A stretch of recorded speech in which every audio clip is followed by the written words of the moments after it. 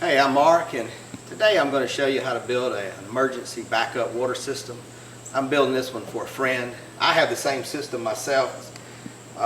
We have a well here where I'm at, and at times if the power goes out and somebody's taking a shower, you only have from 0 to about 7 gallons of water, whatever's in the reserve bladder tank, to finish taking a shower.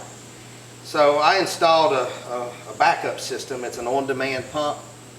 It's also great if you have a low water pressure, low volume. You can add one of these systems to your house. If multiple people are taking showers at the same time, this system will kick in and give you another 5 gallons a minute at 40 psi. Well, let me walk you through and I'll show you how I did it. Well, I'm using an on-demand 12-volt pump. It turns itself on and off if the pressure ever gets below 40 psi. This is the discharge side. It goes into the wall here. So if ever the water pressure is below 40 there, it will kick in. Then I have this as a return, and it just goes back into the tank where I simply just add water to it. I check it every day, and you can see the clear plastic. You can see the water level, and I just make sure it stays full. In my system, I have to fill the tank about every week, and I add a tablespoon of bleach water to it just to keep it sanitized. And this is a simple sealed battery, 12 volt. You can charge it with a 50-watt solar panel and a charge controller, or you can just hook it up to your grid with a trickle charge to keep it up. I like the solar panel method myself because if the power goes out, you always have water. I simply mounted the pump to a board so I can actually take this off, and you can actually put the barrel on your truck and make it portable if you had to go put out a fire somewhere, or I've actually used it on construction sites before where we didn't have water. The pump comes with a built-in strainer.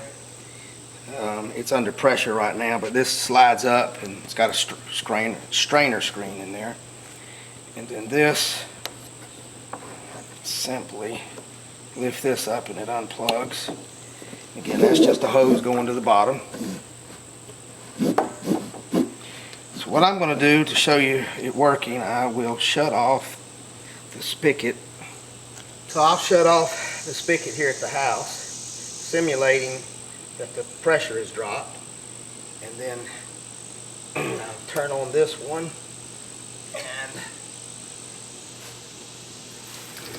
you can hear it just kicked on. It self-primes, it will run dry. If it runs dry, it won't harm it. And you can even rig it where it would automatically fill itself. I don't recommend that because if your well dries, the power goes out at your well, you're just going to keep recycling water and the pump will run and run and run. So I just have it where I refill mine manually instead of having a float. And I don't want to have too big of a battery either, because if it does run dry or whatever, the battery's not going to run that pump but a little while. And if you get a great big battery, you don't want it to run for days. Just let it wear the battery out in a couple of hours time. This is more than enough power to empty that barrel several times. Well, I appreciate y'all watching. Y'all have any questions, just feel free to contact me. Thanks.